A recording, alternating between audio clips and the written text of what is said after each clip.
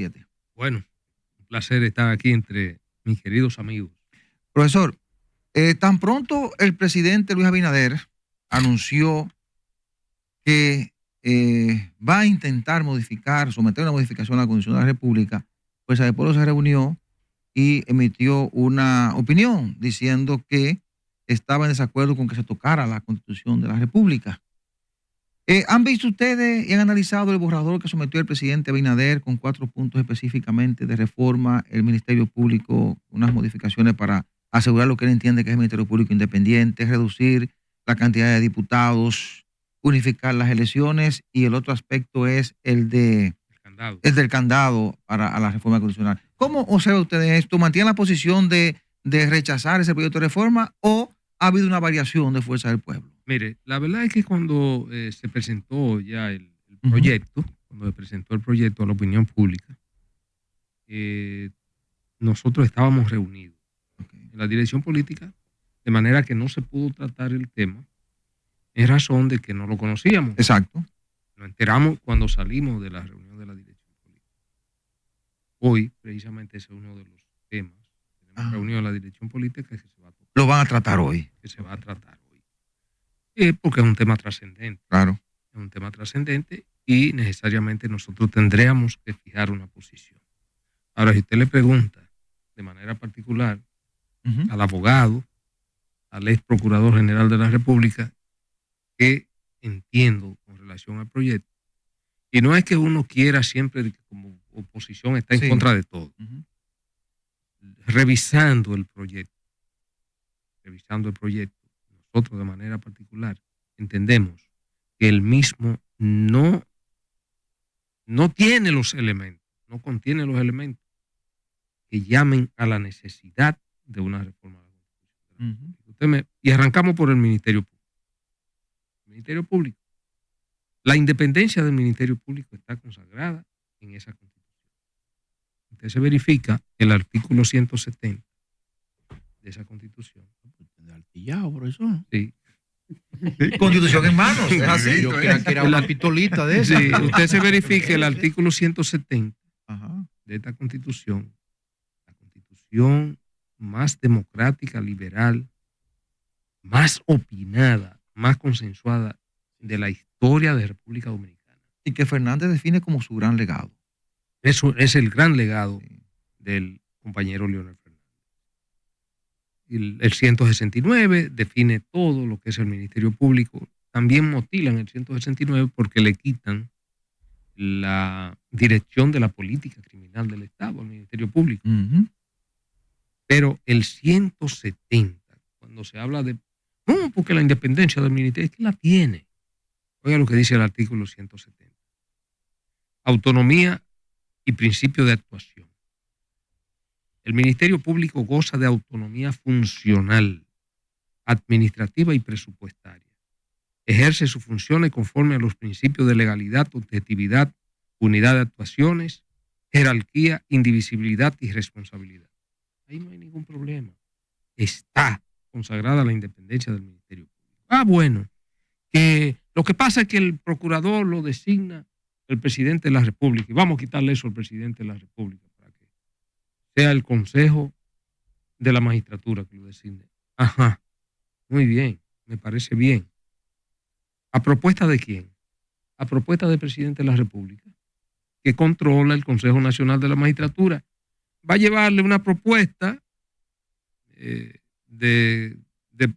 para que sea el Procurador General de la República, y el Consejo le va a decir que no al presidente. Y él lo controla. Y le lleva, ¿quién le va a llevar? Le puede llevar a quien él quiera.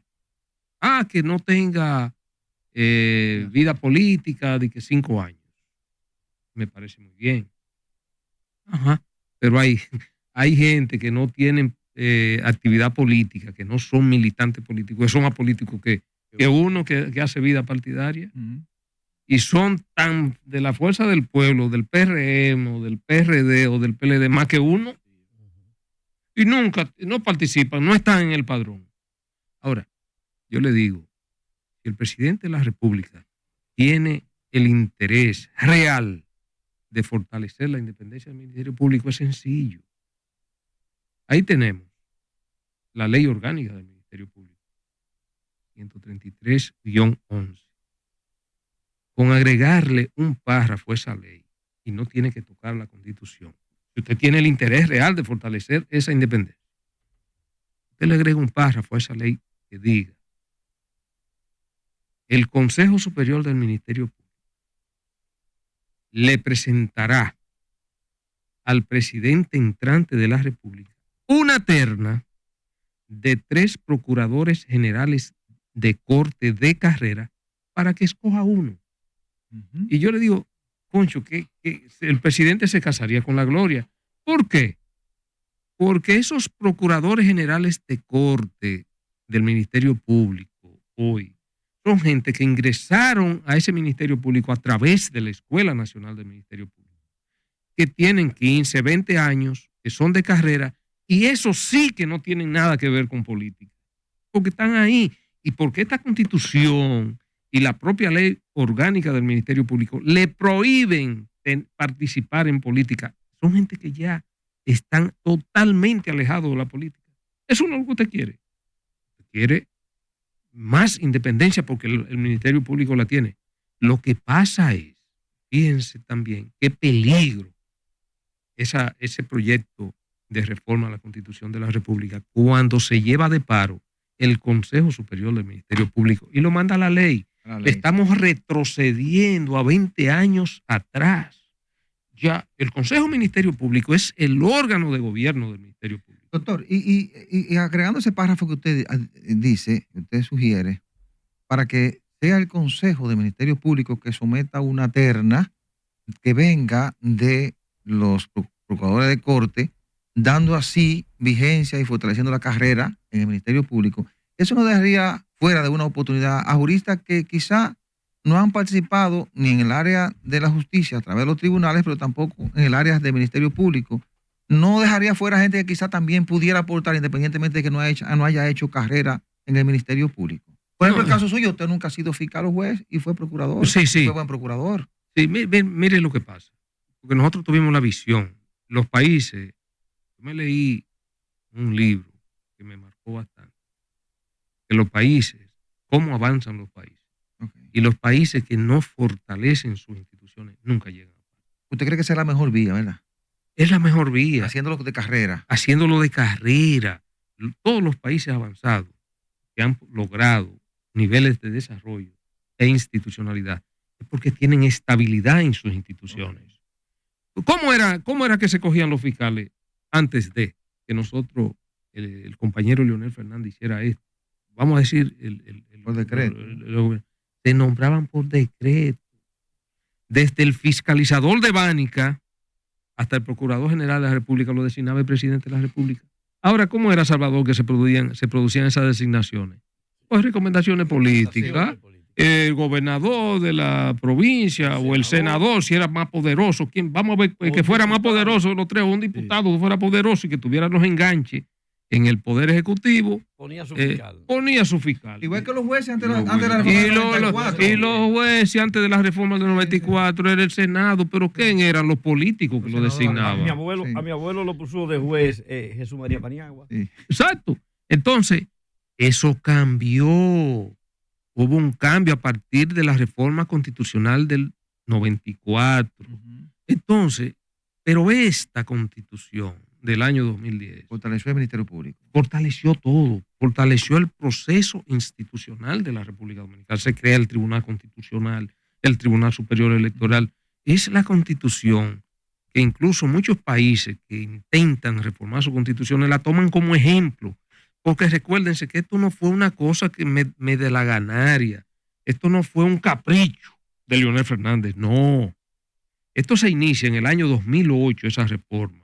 Y concluye 2 años después, en el año 2010. Eso comenzó con el diálogo nacional aquí, ¿verdad?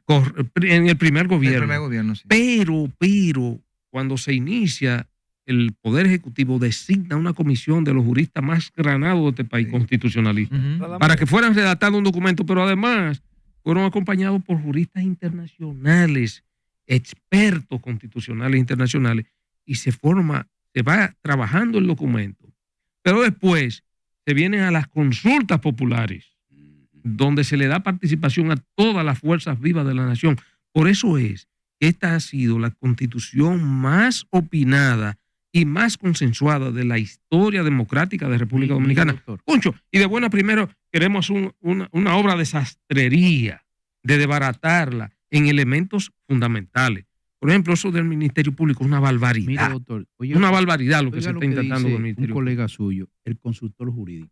Mi amigo, Su mi amigo su querido. amigo, dice él, agregó que en cuanto al Consejo Superior del Ministerio Público, no es cierto que se elimina como algunos amigos, como usted, por ejemplo, han entendido, sino que sencillamente se remite su composición y funcionamiento a la ley, que es donde siempre debió estar. Los órganos de gobierno interno existen para el mejor funcionamiento de sus instituciones. Es decir, que usted no ha entendido, ojalá usted lo entienda. No, yo entiendo a mi querido ¿Usted lo amigo. entiende a él? Yo lo entiendo, pero Sí, pienso que él tiene una visión errada. Es retrotraer, sí. es mirar hacia atrás. Se supone que los cambios son para mejorar, para fortalecer, pero esto no. Esto es a dejar la carrera del Ministerio Público, soltarla en banda. Pero, doctor, ¿cuál es el objetivo que usted considera, y el doctor Fernández del presidente de la República en sí? ¿Cuál es el objetivo? ¿Qué es lo que él busca con eso?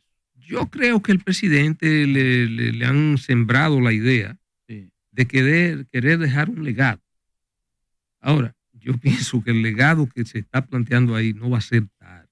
Hay que pensar con sentido la historia.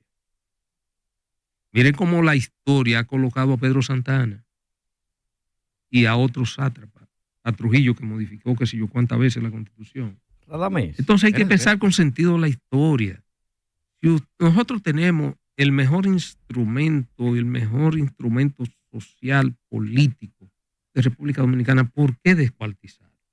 Si todavía no hay la necesidad, no existe la necesidad para usted venir y cosas que usted puede resolver por ley. Por ejemplo, yo sé que mi querido amigo Antoliano, desde el principio, tiene el interés de que se cree el Ministerio de Justicia. Usted no tiene que modificar la Constitución para crear un Ministerio de Justicia. ¿Usted cree que se buscan otras cosas en esa Constitución? Y yo creo Usted- que sí. Yo creo Porque que usted sí. yo lo vi, creo que fue en Moca ensayando, como calentando, y sale, no, vamos de ahora, vamos para allá, para la bolita del mundo. Yo lo vi en Moca, creo que fue una actividad. Sí. Fue en Moca eso, profesor. No, eso fue en un sitio en un municipio, un ¿Y es verdad que distrito ustedes van municipal. para allá, profesor? Bueno, si lo requieren las circunstancias y nos queda ese camino, pues ese camino lo cogeremos. Pero vamos a esperar. Yo espero en la sensatez y que, ¿verdad? Y que el presidente de la República, sobre todo, que ha estado tan empeñado en esto, ¿cómo yo entiendo que el presidente se casaría con la gloria? Hay 71 iniciativas legislativas para darle plena vigencia a esta constitución que no se han hecho. Que todavía el Congreso Nacional, Es decir, fortalecerla más. claro, están ahí pendientes. Que no se han aprobado. Que no se han aprobado, 71 pendientes. Pues le voy a mencionar una, por ejemplo. La ley de referendo, plebiscito y referendo. Sí. Eso está ahí pendiente, no se ha hecho. E incluso dentro de lo que se toca en esa reforma, se necesita el referéndum aprobatorio, La aprobación de la población. Sí. sí, la aprobación de la población, pero todavía no tenemos la ley de referéndum. Sí. Y sin embargo, fíjese, yo creo que ahí el presidente se casaría con la gloria. ¿Por qué? Porque tiene una mayoría mecánica ahora, en estos 4 años. Él agarra esas 71 iniciativas legislativas y la aprueba y se va por la puerta grande de la historia. Estamos viendo una constitución, la del 2010, que no solo Radamés Jiménez, sino una pléyade de juristas plantean, y de políticos, plantean y entienden que es la más completa de la Constitución y la elaborada sobre la base de del mayor consenso. Ese es el planteamiento que hay. Uh-huh. La reforma constitucional, el proyecto, supera a esa, lo que está planteado. En consenso parece que no, porque no se ha logrado el mismo nivel de consultas sobre la base que se levantó la del 2010. Ese proyecto supera esa constitución. No, por el contrario, Salvador, todo lo contrario, lo que hace es que la chasmuquea. Es una obra de sastrería, pero de las peores. Es decir, que tú mandes ese traje donde un sastre, y cuando tú te entreguen el traje, tú dices, pero bueno, ¿qué es lo que me han hecho con este traje? Ahora me queda más estrecho, ahora, mira lo que me lo hicieron aquí, ahora está torcido. Una cosa terrible, es dañarte un traje que te queda perfecto en los actuales momentos, que lo que hay es, a ese traje lo que hay que llevarlo, completarlo, plancharlo bien, porque le faltan unos botones que hay que ponerle, como son las 71 iniciativas legislativas, para darle plena vigencia a esta constitución. Pero sin embargo, el presidente dice que al parecer, de uno deduciendo del proyecto, al parecer hay un pedacito que está abierto y que hay que coserlo bien con relación a la reelección. Y por eso hace unos ajustes para unos candados que supuestamente no tiene. No, es que ese artículo de 124 de la Constitución es claro. Dice que son 2 periodos y nunca más. ¿Y la cláusula pétrea que están planteando? ¿Qué le parece? No, eso no tiene sentido. Eso no tiene sentido porque tampoco es que esta Constitución va a ser eterna. Esta Constitución no va a ser eterna. Siempre va a haber. Las sociedades van mutando, van cambiando, y en esa misma medida habrá que buscar a readecuar. El problema es que en las actuales circunstancias, que es una Constitución de apenas del año 2010, que todavía no hemos completado y concretizado la misma, no hay razones para tú mutilarla. Hay quienes han dicho, juristas sentados aquí, que lo que se pretende es dejar fuera del proceso electoral venidero a Leonel Fernández. Eso se ha ido, se ha escuchado. ¿Y eso es posible? Esa reforma constitucional es no. Jurídicamente eso es posible. No creo que sea posible, porque esta misma Constitución establece en su artículo 110. Además, el porvenir. Sí, establece en su Se legisla para el porvenir. Se legisla para el porvenir, no es posible. No hay retroactividad. La Constitución. La irretroactividad de la ley. La ley solo dispone y se aplica para el porvenir. No tiene efectos retroactivos, sino para cuando sea favorable al que esté sub judice o cumpliendo condena. En ningún caso los poderes públicos o la ley podrán afectar o alterar la seguridad jurídica derivada de situaciones establecidas conforme a una legislación anterior. Entonces, la Constitución no puede contradecirse ella misma. Pero habla de la ley ahí, doctor. Habla de la ley, ¿verdad? Sí, pero la ley, esta es la ley sustantiva. Pero el efecto de la Constitución es inmediato, dicen algunos juristas. Sí, pero no es posible. Yo diría que eso sería la aberración más grande de la bolita del mundo. Doctor, pero usted tiene muchos colegas ahí, facurtos que tienen una capacidad extraordinaria, Sí. me imagino yo asesorando al presidente. Y no le dice, Sí. presidente, mire, aquí no se puede, llevándose eso. Porque Sí, hay buenos asesores ahí. Sí, hay buenos asesores, comenzando por mi amigo Antoliano. ¿Y qué es lo que pasa entonces? Empezando por mi amigo Antoliano. Bueno, es lo que le digo. Usted sabe a veces que los presidentes son pequeños reyes y dioses. Entonces la gente se Y le dice, siempre. acomódame eso, Sí, búscame la forma. La gente, Mire, magistrado, la gente es sumisa al poder. doctor, le merece... Y lo que hay que entender es que el poder es un ave de paso. El poder es un ave de paso. Pero hay una enfermedad que viene desde la antigua Grecia No me diga. que se llama el ibris. Es la enfermedad del poder. Es peligrosa. Porque tú te montas en eso y tú crees que tú nunca vas a bajar de ahí. Por eso cuando yo era procurador general de la República, yo le decía a los muchachos que trabajan conmigo, cuando yo hablaba, abría la puerta del despacho, esto no es mío. Yo me voy de aquí. Y por eso, el 22 de mayo, cuando todo quedó claro, yo puse mi carta de renuncia. Ya no me interesaba seguir en eso. Doctor, Y yo no sé si ustedes recuerdan. ¿le merece algún comentario la decisión de la segunda sala penal de la Suprema de la absolución a los 2 que quedaban por el caso Odebrecht? Bueno, A Víctor Díaz Rúa y Ángel Rondón. solamente me enteré a través de los medios, no le he visto la decisión, no la he leído. Pero obviamente, si la Suprema Corte de Justicia tomó esa decisión, fue basada en elementos y en pruebas. De manera que Eso es ley cumplida. Ahí, si la Suprema Corte entendió que no encontró elementos que fundamentaran una condena, ahí no hay nada que hacer, ¿eh? Ahí no hay nada que hacer, eso es así. Por eso es que en los casos hay que sustentarlo en prueba. Y el dispositivo de la sentencia incluso va parte por parte, tratando, diseccionando cada una de las sentencias anteriores de otros tribunales hasta concluir en eso y diseccionando el expediente presentado por el Ministerio Público. A mí me sorprendió por los detalles. Yo la voy a leer. Los detalles. No he tenido la oportunidad, pero evidentemente la Suprema Corte de Justicia, al parecer, no encontró elementos y sobre todo pruebas que dieran al traste con una decisión de condena. ¿Qué es lo que está pasando, Radamés, con los expedientes en la República Dominicana, sobre todo los expedientes grandes, que llegan ante los tribunales y los tribunales no encuentran la forma? Y estamos hablando de lo que pasó con ese caso, pero también de lo que pasó con el caso de los Tres Brazos, de lo que pasó con el caso de los supertucanos, de lo que pasó con el caso de Jorge Blanco. Estamos hablando de casos distintos, incluso de casos delincuenciales, porque no es solo casos que tengan que ver con el Estado, de casos delincuenciales que terminan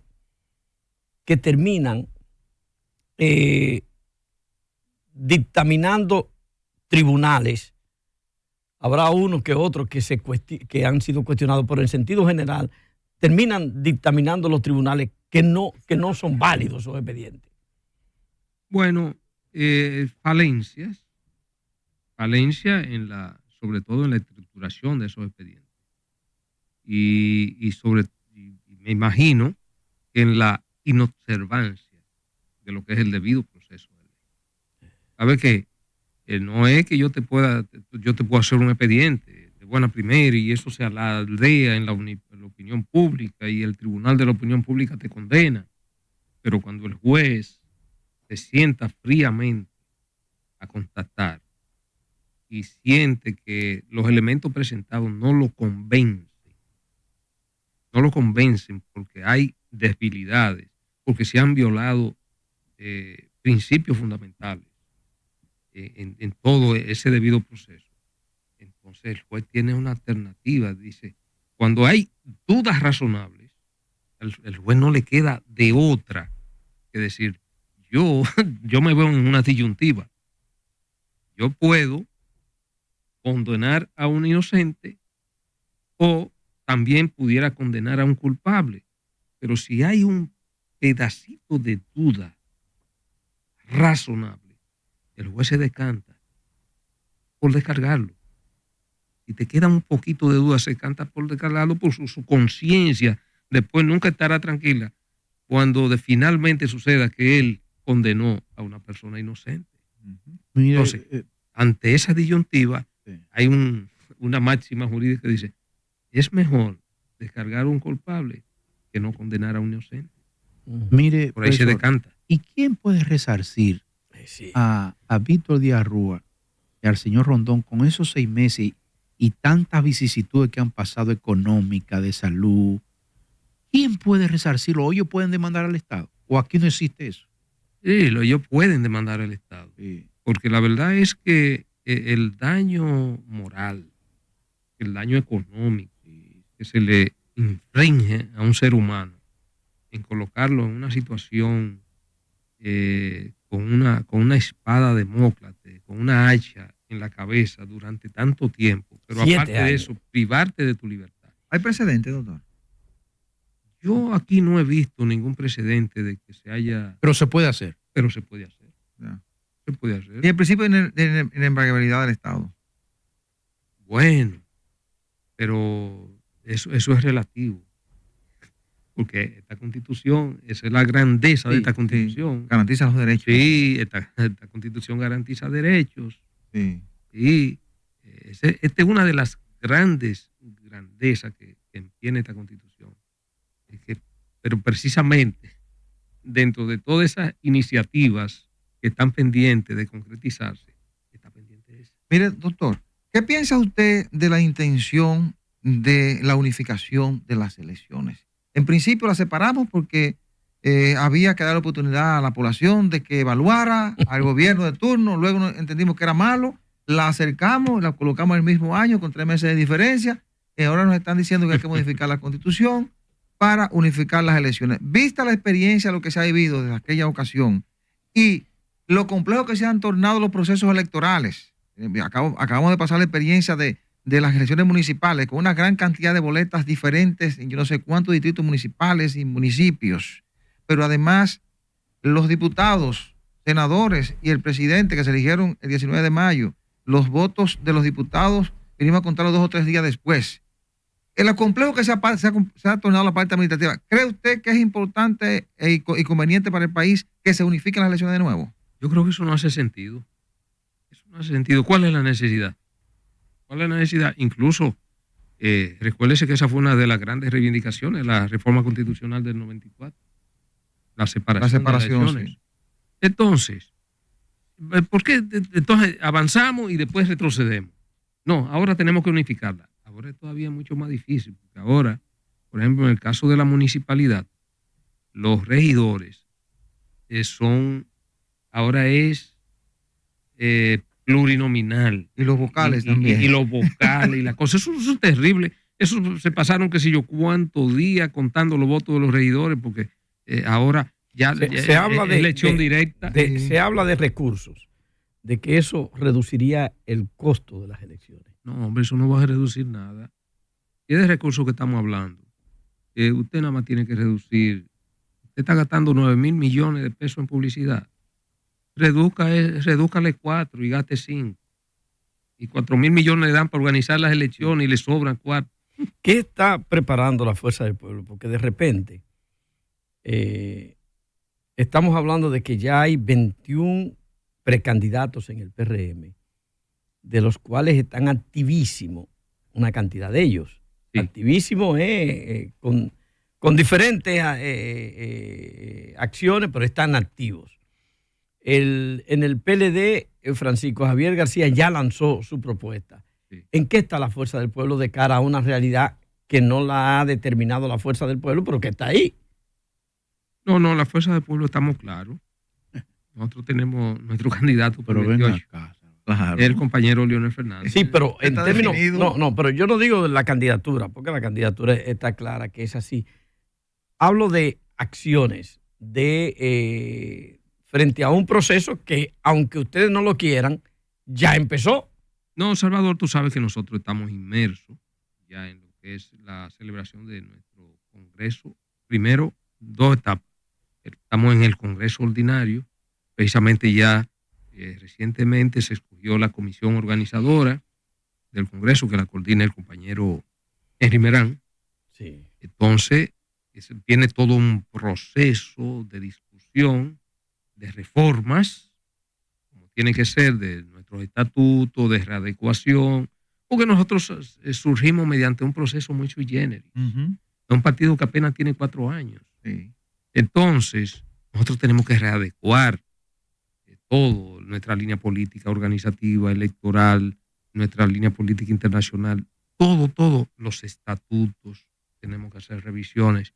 Luego que ese proceso concluya, el Congreso, que tiene unas 25 mesas temáticas, entonces nos abocamos al Congreso elector de las autoridades internas del partido, presidente, vicepresidente, secretario general, y así como todos los presidentes distritales, municipales, provinciales y la dirección central y luego la dirección política. Mire, doctor, del partido. Esa constitución pretende reducir los legisladores, dígase la Cámara de Diputados, sí, a un 30%, pero al mismo tiempo quiere incrementar los diputados nacionales. ¿Qué le parece?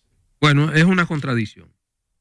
Tú quieres quitar los diputados que gozan del voto directo y quieres aumentar los que son decididos por el partido y el gobierno. El partido de dedo y el gobierno. Pero yo creo que esa es una salida para los partiditos aliados. Sí, Partiditos aliados, yo te tengo esa oferta.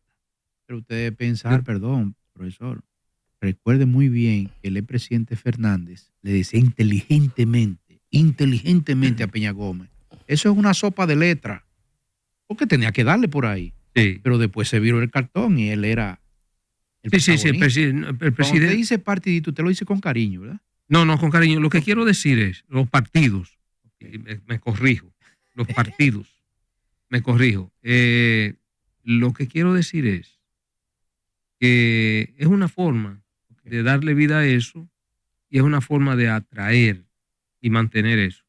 El presidente Fernández siempre ha sido un gran concertador, Y aún bajo las condiciones precarias en que participamos, llevamos partidos aliados.